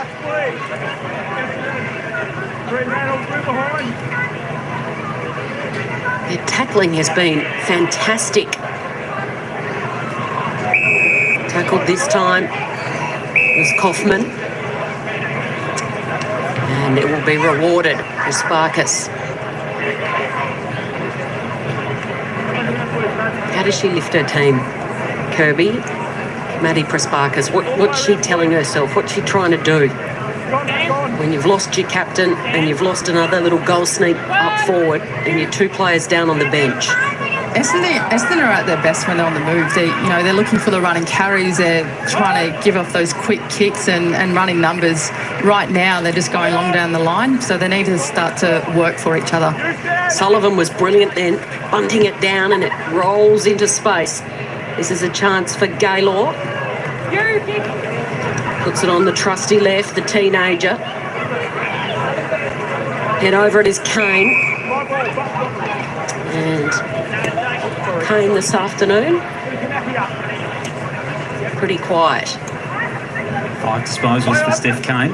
So they need her to lift as well. Yeah, maybe she can be the one that sparks them from a leadership perspective. Of course, they brought Bess Keaney and Maddie Gay in to bolster their leadership stocks, the Bombers, and they need it at the moment. Here is Maddie Gay inside the defensive 50. The tap over her head was dangerous. Mulholland almost ran onto it for the Dockers. Van der Heuvel's clearing kick. Now toward Prasparkas. Kaufman a hand in there. Free kick paid by Ray Chamberlain. Going to the purple. Dana East. What has she got inside the 50 that she likes? Just over the head of the outstretched arms of Pugh. Ball out, ball out. Prasparkas gets it on the boot quickly. Finds Clark, the former Cat. Offloads to Kane. It's a neat kick to G. Maybe they can open the field up from here, the Bombers. They're flaring left, they're flaring right. She elects to go short into the corridor. And the kick really making hard work here for Maddie Gay. She's up to the challenge. She's going to put it out in front of the youngster Emily Goff. Brazel with all the experience. Goff in her first game. Brazel handballs it back. O'Driscoll wedges the kick, and that's a wonderful kick. Well-weighted pass and a good mark as well. Taken by Morecambe. Had to back. Back inboard. Streaming down the wing is Lally.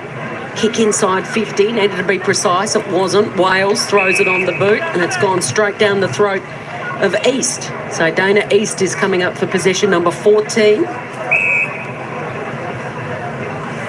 And they just skirt the perimeter. Find an Irish woman. It's not hard, there's 5 in this team. That's Lally coming up over the top for the Dockers. Had to spoil in the end was Pugh, Nanscorn. Prasparkas back in board. Gaylor kick into space. And again, the Dockers should be able to retreat and go. This is Kikoak. Back to Nanscorn.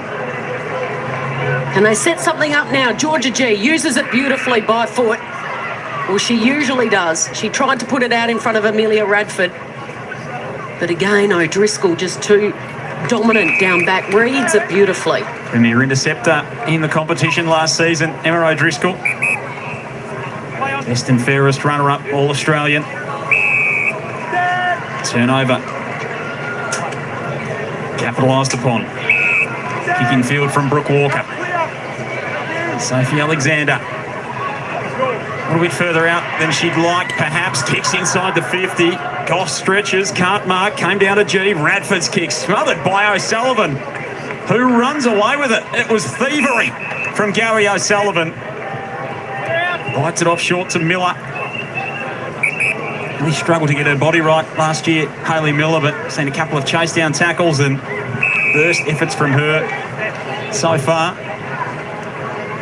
Here's Pugh. As Cal said earlier, the acting captain this afternoon. From short to Runnels, and this is what they've done really well, Kirby's been able to just control the tempo of the game, the Dockers. Yeah, especially when Essendon have come in hot, it's taken it into their 50. The last two occasions, Essendon, Fremantle have got possession and then held that, composed, which is what you want. Move it on, So Gamble kicks long down the line. Alexander, terrific mark on the wing.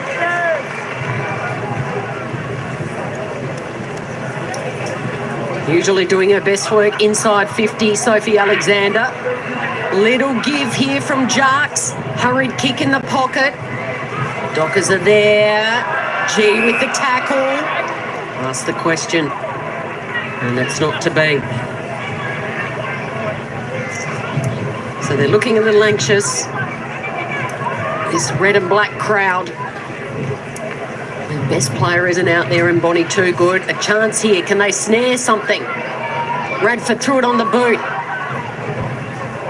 Hacking it out of there. Keeney's there. So too. A chance here for Morecambe. And she puts it through. Buries it from directly in front.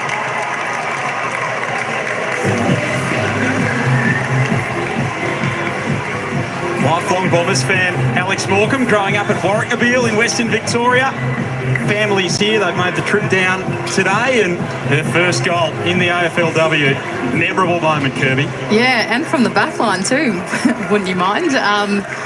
Essendon have been pushing for that, so it's great to see a score on the board. Put Fremantle under pressure.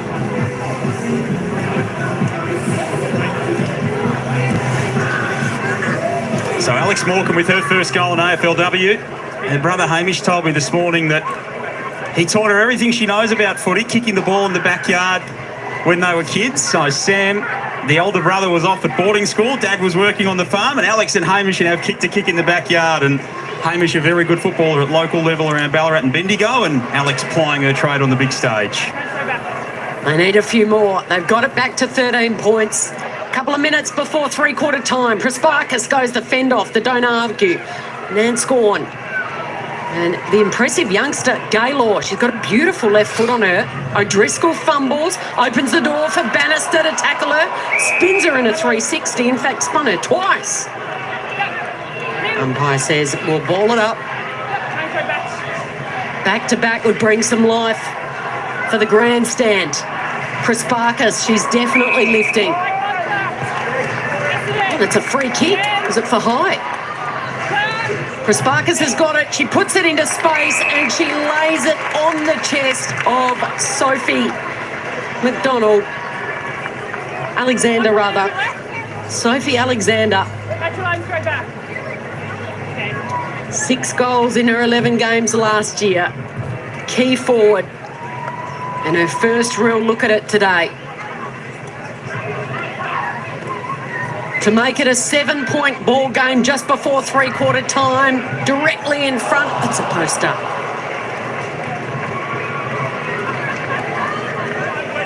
Well, they've lifted their intensity.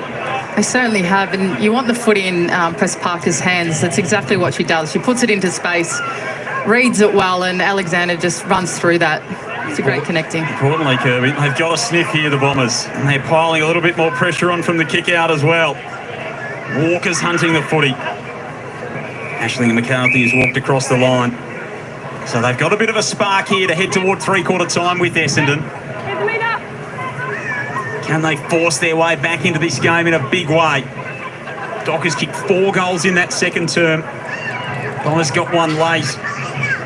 We've gone goal for goal here in the third thus far. Throw at the contest. Free kick and advantage to the Dockers. Miller comes away with it. Through the centre of the ground they build. Craig's hand pass forward. Pugh's up to meet it. Kicks inside forward 50. The race is on. Runnell's getting back there. Lally getting back there. Beating the ball in defence. Scooting away with it, Van der Heuvel using her pace. Bounces a kick to Gay. Really clean and composed work from Maddie Gay. Kick was a bit of a helicopter and a big bump on Alexander, who goes to ground. Coming from Kakoak. And it's locked up across half forward for the Dockers. She's got both those shoulders strapped, Alexander. Look at that. Crunched on the left shoulder.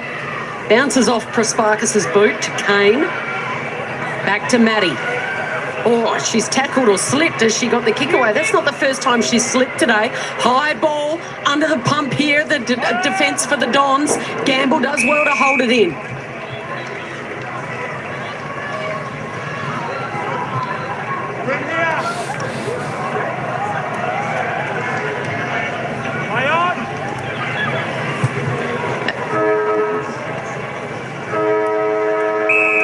So the siren eventually sounds to mark three-quarter time, and they have closed the gap. They are coming, Essendon. It's a 12-point margin at the final change. 5-3-33 Fremantle, Essendon 3-3-21.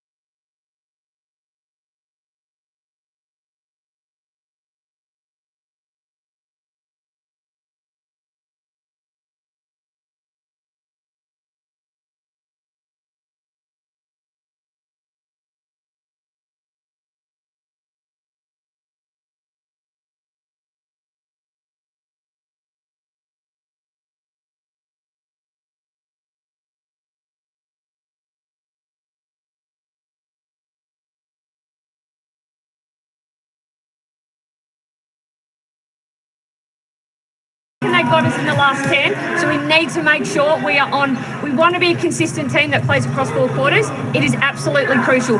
Front half contest. Forwards, when you provide a contest structurally in front of the ball, we're able to get to it. Second, our contest was a lot better that quarter. We are reliant on that again, okay? Fierce, unrelenting pressure for the whole game. Kick to handball, more dangerous? What do you think? Use it by foot. Test their backs under pressure, 1v1. You may only get one moment in this quarter, but be ready, because when it comes, you've got to take it, okay? Let's go, girls. All in. How good is that insight from the Fremantle coach there, Lisa Webb? They've got within, they've closed within 12 points here, Essendon. Kirby Bentley, former player at the Dockers. What did you make of that? Yeah, the unrelenting pressure. They want to contest, which is what they were doing, but they got caught out, is what Lisa was saying in the last bit of that quarter. So they want to just run and carry and use their leg and expose Essendon. The game, the contest is up for grabs. As I said, the margin was 12. It was Essendon by 8 points at quarter time, and then Fremantle piled on 4 in a row to lead by 12 at half time. And now they hold and maintain that 12-point margin. There is nobody too good. She's off with a knee injury. We don't know how serious. It was friendly fire with her teammate Amber Clark, who was knocked out and is down in the rooms with a serious concussion. To get us into this final term, here's Joel Peterson. So the opportunity is there for Essendon. Can they stand up and deliver, or will be the Dockers that emerge with a round 1 victory off the back of a really impressive performance this afternoon? Low sitting under the high ball. Can't quite drag it in. Lisa Webb, second year as coach. Coaching runs in that family. Husband Mark, the coach of the WA State Under-18 team, who surprised a few this year. That's a terrific mark back with a flight from Amy Gaylord. On to boot, doing some really nice things. Then the run-down tackle, not rewarded. On your tie, made the claim for the free kick. Perhaps should have been paid it. Through the middle of the ground. Kane is locked up. It's not coming away. Yeah, I've just seen Maddie Gay sitting in the forward line. It's nice to see that utility, the experience that she brings. So that move's been made, obviously, because there's nobody too good. Yeah, most likely. And she's obviously held her end in the back line, but I think she'll play a key part in this forward line for the Essendon. Wales to Kane, can't break clear. Did see her go forward a little bit at Melbourne too, Maddie Gay, so she's not a stranger to playing up front. Loose ball. Bodies on the line. Bess Keeney. She's come out with a bag. Bess Keeney, former Gold Coast Suns player. Nanscorn's had the most for Essendon with 22. Maddie Prasparkas really lifting. She's got McCarthy for company. McCarthy's kicked 2 goals. And again, another stoppage up the other end. McCarthy, 18 disposals and 2 goals. And the former captain, Hayley Miller, with 15 touches. A juggled mark, not quite on this occasion for Kakoak. And again, it's another stoppage. 9 tackles for McCarthy as well, so for all of what Nanscorn's done, you'd think that McCarthy would be shading her for the 3 votes at the moment. Strom goes in. Keeney puts her head over it. It's grabbed by Strom. We said 50th game for Mim Strom. Brother Zach is the runner for the Dockers this afternoon. The other brother Noah, of course, they both played East Freo. Family from Exmouth up in the northern part of WA. Kick inside forward 50 for the Dockers. Being able to track it down in the end was ties. That breeze really starts to pick up here at Windy Hill. Clark's kick skews off the side of the boot. Can we put that down to the breeze, Joel? Potentially, Cal. It's certainly held up. Grandstand got a little wobbly there for a moment. Not quite like the Tower of Terror up at North Sydney Oval last night, but there was a little bit of a vibration here in the grandstand. Here's Ebony Antonio. Long kick to a dangerous spot. All Bombers out the back of this contest. Goff's been moved into defence. Pugh throws a boot at it and rolls it home. Laura Pugh with the perfect start to the last quarter for the Dockers.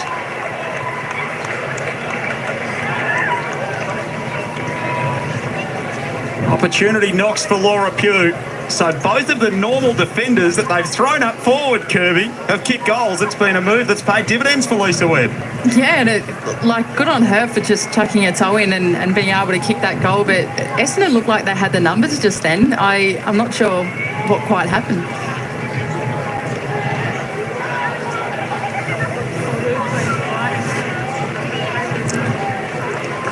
So a lesson there, Kirby, for the youngster, the 18-year-old Emily Goff. Just got to keep your feet in that situation, don't you? Went to ground and Pew put the hot pink boot on it and threw for a major. Yeah, keep your feet and stay goal side. Back out by 18 points, and they've got the centre clearance as well. Ball hits the deck. Pew comes in, putting her body on the line, and they're bouncing off her. Bouncing straight back up was Georgia Clark. Here it is, Clark goes to ground. Laura Pugh. Oh, it skittles through and it'll roll through for a behind. They're doing all the attacking. It's pretty much been the scoring end to the left of screen, hasn't it?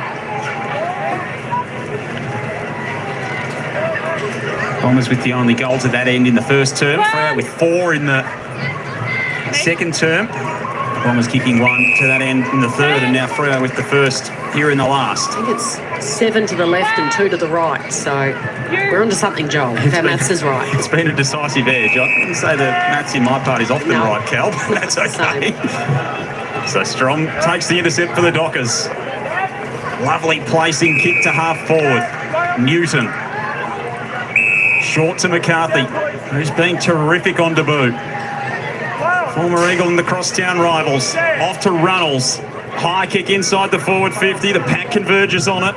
Almost a chance for Newton. Van der Heuvel around the body. Clever kick through the hands of Bannister. Taken by Lowe. Jabs it inside the forward 50. Bouncing ball. Who's there to run onto it?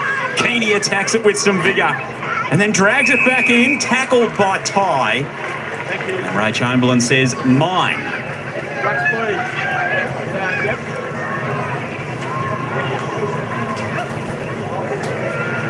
Ty in the ruck. She's wrapped her opponent up. Ray says clear the zone, and he throws it straight back up in the air. It doesn't even come down straight.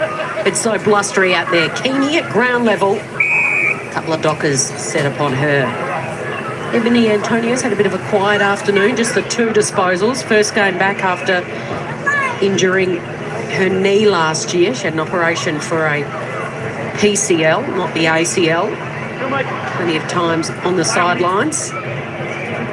She's a showstopper. She's got good timing, Ebony Antonio, so you never know. She might just bob up and seal it here for the Dockers.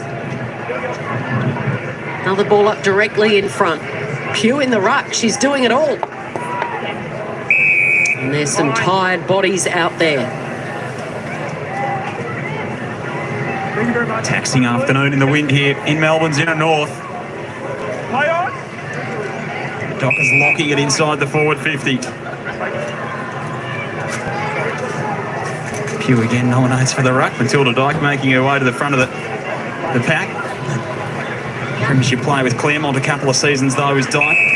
Clearing kick, but it's pulled in by Scanlon.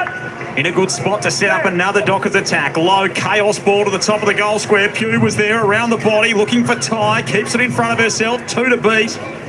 The Bombers' numbers will win out. Maybe only momentarily. Lally was there, but Keeney slipped the tackle. Jams it on the boot to clear defence. Jarks with a chance. Morecambe's there. They pile in on top, including McCarthy. And the ball not going anywhere, at least for now. Fremantle with that dominant second term. 4 goals to break the game open. 2 to Ty, 2 to McCarthy. It looks like Fremantle have put 1 or 2 spare back. So when Essendon are trying to get it out, it's falling straight into the hands of Fremantle. So they put them back to try and just maintain this margin? I think they want to keep contesting and putting pressure on. You know, when that footy's in your forward 50, as a backliner, you're under the pump, and then midfield sort of come in to try and help and support, and eventually, you know, that score gets on the board and everything now becomes a lot more pressure. Two players down for the Bombers. No Amber Clark, no Bonnie Too Good. For Sparkus. A high ball. Just squeezing the kick away was Flynn. And another kick squeezed. Which way will it go? Oh, this is Pugh. She's turning inside out. Blind turn, kicks to the top of the goal square, and it's a mark to tie. They are dictating play and have the game on their terms at the moment, the visitors. Anya Ty's going to line up for a third goal of the afternoon. 9 last year as the leading goal kicker for this team. A team that finished 13th on the ladder, the lowest ever finish in their 8 seasons. They're one of the originals. Had just the 4 wins last season. But Ty slots it through. She's got 3. And it might be a T for Ty. T for terrific.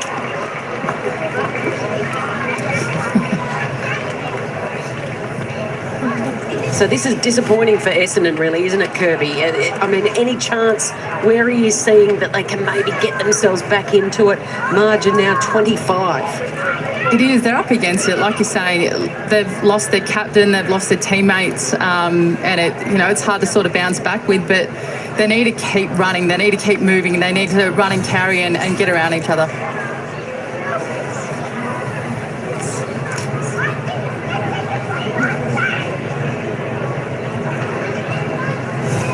I worked out what it was for, Joel. T for Turbo, one of your mates, Kirby, because Kiara Bowers celebrated the birth of her son, Luca, this week. He was a little early, but clearly he wanted to watch his mum's teammates play and get a win. But that's a lovely little tribute to Kiara Turbo Bowers, and congratulations to her and her partner Adele and her little brother for Nate. So they'll be watching, no doubt, in Perth. Loved it. Yeah, very nice celebration. They might have another chance to celebrate here. Kick inside forward 50 for the Dockers. Running onto it is Kaufman. Running into the open goal and surging another one through.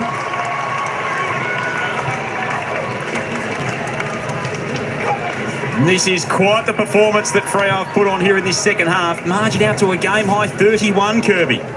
I think that's the strength of Fremantle's as well. When that footy is kicked out to space, they're obviously using their pace as well, and which is, I think, what Lisa was asking for, that contesting pressure and forward movement. So, yeah, I think they're continuing to build on it.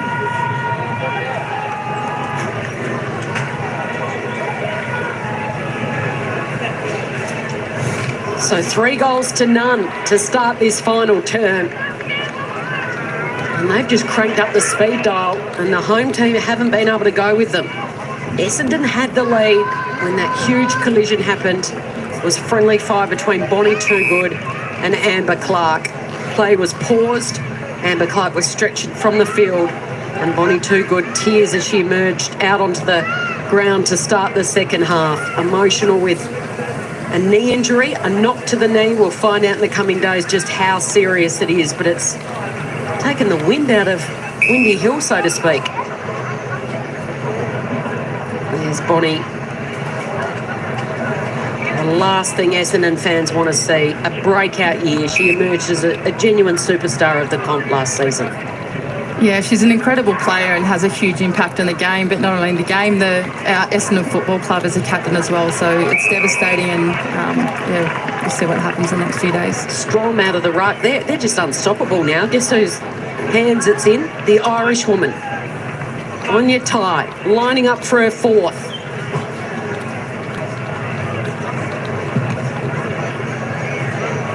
The 32-year-old playing in her 30th AFLW game. 9 goals last year in her 8 games. For number 4, she's the most exciting player on the park.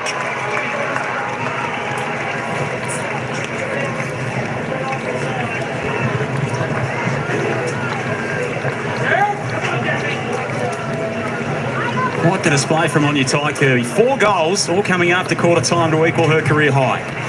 Absolutely unfazed with any sort of wind out here as well. The accuracy and distance wasn't an issue. So I like this celebration, and I think I know exactly what it's for.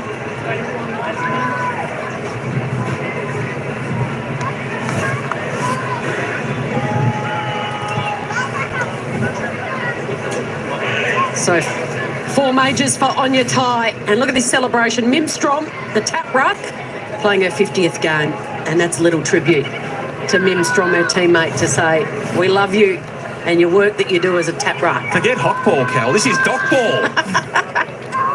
This Freo team have been inspired since quarter time. They're celebrating, and why not? What a performance it's been. 37 points. Highest score all of last season was 45 points. Questions about their firepower coming into this season. Gee, haven't they answered some of those today?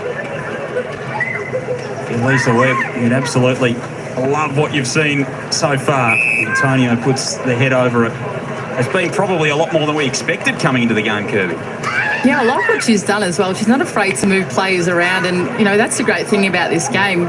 It's just a starting position. Essentially, you're playing one-on-one and trying to get that football in your hand. Here's Tig again, picks it up, 55 metres out, bouncing ball. Gee, the way Freo's day's gone, you half expected that one to roll its way through. And it skips out in the pocket, and it'll be thrown back in. So 4 for Tig, 2 to McCarthy. Laura Pugh and Philippa Seth, who kicked 2 goals between them in 93 previous games, have got 1 each, having been swung forward. Gay plays tunnel ball with it. That pressure from Fremantle is relentless.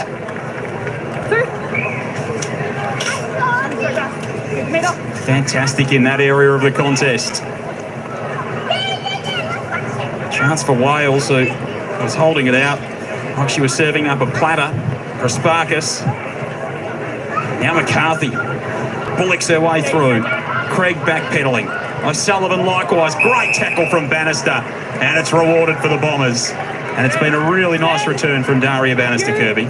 She adds great pressure and obviously the skill set as well. But, you know, when she gets up and about, she lifts her team as well. So hopefully that's what they need. These two sides have only played once before, and it was an Essendon win. Dockers playing at Windy Hill for the very first time. So this is going to be a wonderful result for many reasons, and a very enjoyable flight home to Perth. And for the Bombers, where do you start, Kirby? Where do you start if you're Natalie Wood? Yeah, it's a good question. You know, it's your first game. Obviously, we wanted to come out with a win and have an impact that is able to control the game. But, yeah, going back to the scoring board and figuring out what that looks like. It's a team that finished 10th in their first season and 7th last year. Lost the elimination final to the Cats, did the Bombers. So they've improved in their first 2 years, but this is the far from perfect start to kickstart season number 3. Another free going the way of the Dockers. Hayley Miller coming up for disposal, number 17. Best and fairest All-Australian, season 6. Hoping to get back to some of her best. Wide kick from Miller's punched out, down in front of Bryony Dawson on the boundary. Thanks, Joel. Yeah, just saw Gabby O'Sullivan, number 9 for Fremantle, just run off the field. She grabbed at her calf after a passage up the wing, and she's just run straight off. So I don't know if she's done anything too sinister, or she might just be in need of some pickle juice. One of the older players, the veterans, Gabby O'Sullivan, 30 years of age. You've got to be in need of pickle juice too, Cal, don't you? You never want it. You have to be in need of it. It's a myth to me. Is it? Have you tried it, Kirby? Oh, look, no, I've just cramped and got on with business, so I don't know what they're made of these days.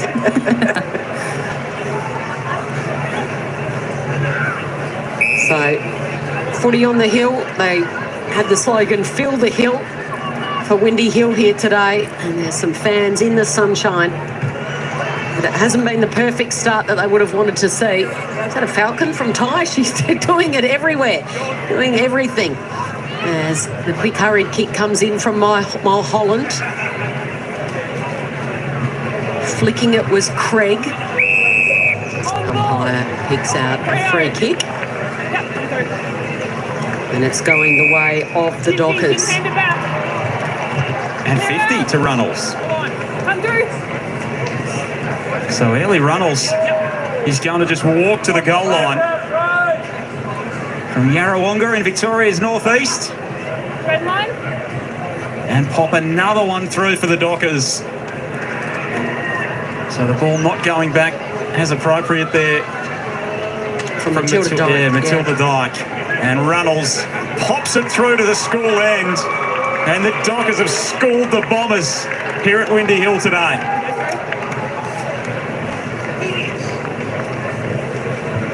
You're all getting in on the act now.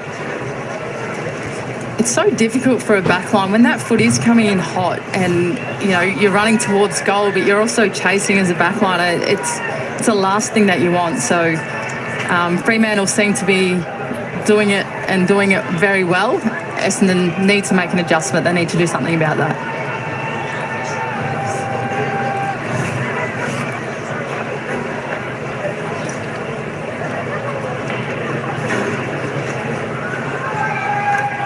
So Essendon next week travel to Perth to play the West Coast Eagles. Had that nail-biter 1-point win. What a dream start it was for Daisy Pearce in the coach's box. So it gets tough for them. They start with the 2 WA teams. There might be time for more goals here. That is a great mark. That's a really good mark by the debutante Amy Gaylor. She's been really impressive. She has, hasn't she? Very exciting to watch. Yep.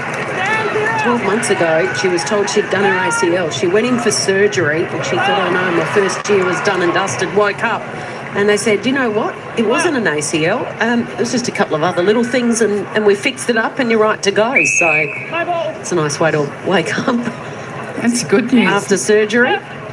So yes, Essendon travel to Perth for the West Coast Eagles, and the Dockers are going to host the Adelaide Crows in the final game of round 2 at Fremantle Oval. So good turnout last night in Perth to see Daisy's debut. Dockers fans, get out and support your team because they have done more than enough here this afternoon. They've been super impressive. After coming off their worst season where they finished 13th, just the 4 wins. Coach Lisa Webb will be thrilled with this. Lost Kiara Bowers to pregnancy, and then the captain did her ACL, Ange Stannett, so they're missing 2 of their leaders out there, and this has been an extraordinary result, really. On track to be their 5th highest margin of victory of all time, the Dockers. Best being 70 a couple of seasons ago. So 43 points. It stands out at the moment. Who knows the way they're going? There might be time for some more. Can the Bombers get a late consolation prize? Alex Morecambe takes it off the pack. They go to ground. Hovering around it is Newton. And he's going to run out a winner on debut for the Dockers. 4 first gamers out there for Freo. Lisa Webb's going to have a very bright start. What a weekend for footy in WA. With the Eagles getting up last night and the Dockers getting it done as well. The Bombers come off half-back. Gaylor pokes it over the top to the run of G. They've continued to motor down the ground here, Essendon. Can they strike late in the contest? Nanscorn's been in everything. Inside forward 50 to Radford. Pokes it to the pocket. And the Dockers record a massive win to kick off their season.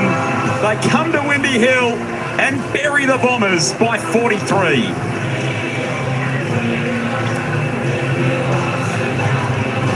Utterly dominant they were. They were down by 8 points at quarter time. They piled on 4 consecutive goals to lead by 12 at half time, 12 at 3-quarter time, and they prevailed by 43 points. Kirby Bentley, how do you sum this one up for your former team? I love this for Lisa.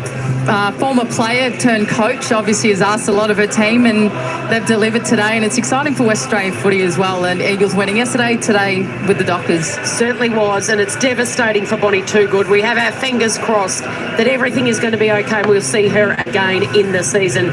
Thank you very much, Joel Peterson, to Kirby Bentley, to Bryony Dawson down on the boundary. It was a windy Hill, and the Dockers blew the Bombers away. All right, folks, that's it. That is this game all wrapped up, and it was the Dockers way too strong for the Bombers. 10-4-64 to the Bombers, 3-3-21. Look at that, the Dockers putting on 5 goals, 1 kicking accurate in the final term. The Bombers couldn't score. Thanks everyone for coming in. The Port and the Adelaide game here, that'll be scheduled after the next game, which is St Kilda and the Gold Coast Suns. In the poll today, we had 14 votes. 57% went for the Bombers, 14% went for Freo. So the poll got that one wrong today. But the Dockers looked pretty good. Let's just have a quick look at the stats of your favourite player before we end this and head over to the next game. 25 each for 2 players. Prespakis and Naskawan. I think that's how you say it. Both with 25. There we go.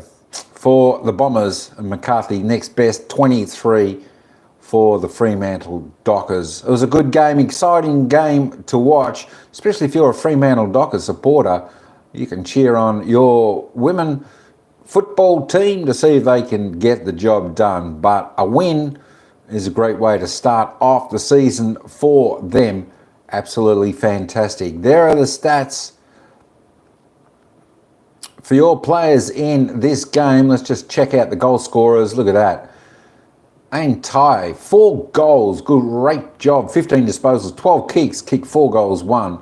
McCarthy, 23 disposals, 13 kicks for 2 goals. Daria Bannister, 10 disposals, 7 kicks, 2 goals. And of course, Seth Runnels, Pugh, Morecambe and Kaufman were the other single goal scorers for the game. But that's all we've got for this one, folks. Thanks all for coming in for another exciting game of AFLW, the Women's Football League, AFL, here in the land down under. All right, folks, thanks Harvey, thanks Addy G, thanks David, thanks Feastables, thanks everyone, thanks Ryan, thanks Carly, and everyone else that came in.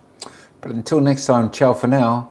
We'll see you in the next game, which will be the Gold Coast Suns taking on St Kilda at People's First Stadium. Should be another great game. All right, guys, thanks so much. Catch you next time.